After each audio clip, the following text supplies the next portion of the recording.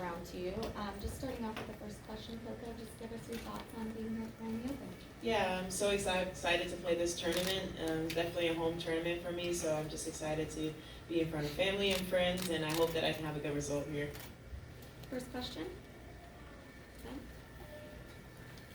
Hey Coco. Hi. It probably feels like a long time ago, but what is it, you played your first WTA match here 3 years ago. What do you remember about that experience, about how, if everything feels more familiar now or still big and exciting or what? I think definitely it still feels big and exciting. I mean, from 3 years ago, yeah, that was my first WTA match, and now I'm, seated and higher ranked and everything. So I still think it feels like big and stuff. And but yeah, I guess the thing I remember most is playing Katie in that tournament, and like we were both wild cards, and I was like, how did we get to play each other first round? And that was like a tough 3-setter. Every time I play her, it seems like it's always 3 sets. So yeah, that's what I remember the most.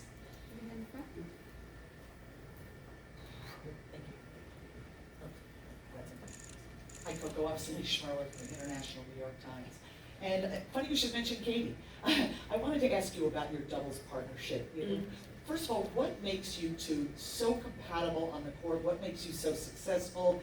And have you committed to each other now in the last few months? You've both had success with different partners. She with Konskaya, you with Pegula. Are you committed to each other for the whole year, through the U.S. Open where you'll be the defending runners-up? Yeah, I mean, playing with Katie, I think on the court, we're obviously very good individual talents, and I think what makes us good together is just our, I guess, our friendship off the court. For me, I think I find I do better when I play with people that I'm, spend a lot of time with off the court. And yeah, I think doubles is just a time for me to relax a little bit, having somebody out there on the court. And for the commitment, honestly, Katie and I, we just kind of go as we go, because we both have different single schedules right now. So whenever we're playing at the same tournament, we try to play with each other. But a couple times we didn't play with each other is because we were having different single schedules. So yeah, honestly, we just kind of see how the wind takes us. Well, that actually is my follow-up, and that is that as you have greater success in singles, and Katie maybe isn't having that kind of success, you are at vastly different tournaments. Could you see yourselves having to split up as partners because of that, or do you think at the U.S. Open we'll still be there no matter what, even if they give us a wild card? I mean, honestly, I haven't really talked to her about it. I think for sure U.S. Open and hardcore tournaments that we're playing the same. Normally in the States, she's playing the same tournaments as me. But yeah, I think Katie's gonna have great single success anyway, so I don't think that will be a problem. Next question, gentlemen. Hi, Coco. How are you? I'm Alan from Tennis Virtual. Do you are amazing rock star with the fans? Okay. How did you feel with that? I mean, I don't consider myself a rock star, but I don't know. I guess I don't know. I'm glad that people like me. I don't know why they do, but I'm just happy that I guess at some tournaments I'm considered a fan favorite. So I guess it's nice, and obviously I love crowd support. So when they come and support me, I'm always happy, and I always try my best every time. Thank you. Hi, Coco. Don Stinson, DNA Sports Talk. Chris Eubanks has ties to Atlanta just like you. Yeah. From his match yesterday, I'm sure you watched it. Yeah, I was there. What did you learn from it? For me, that was a difficult match for him. And for me, I like watching him play. I don't know. I just wish I could serve like him all the time and hit a forehand like him. So for me, I think what I learned the most is how he's really aggressive on those short balls and kind of most of the time puts them away.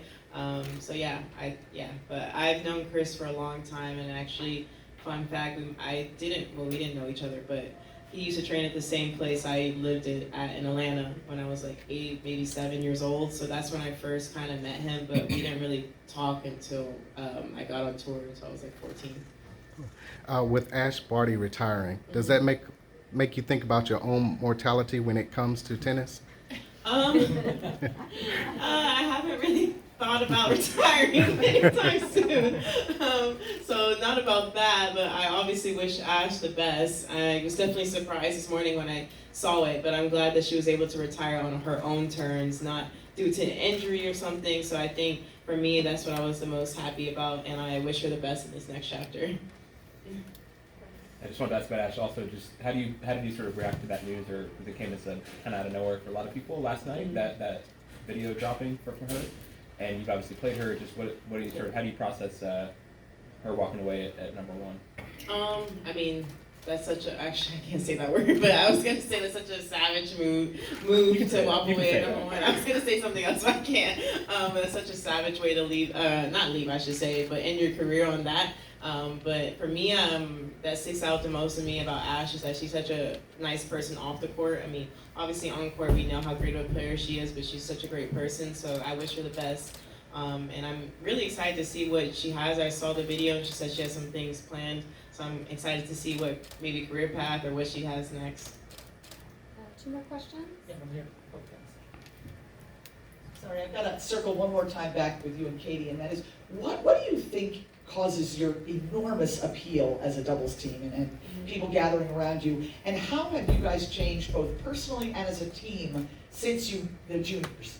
I don't know what the appeal is. Maybe because we're both young and we just have fun on the court. I think for me, when I watch some of our matches back, for scouting or whatever, it looks like we're having fun on the court. So I think people kind of gravitate to that.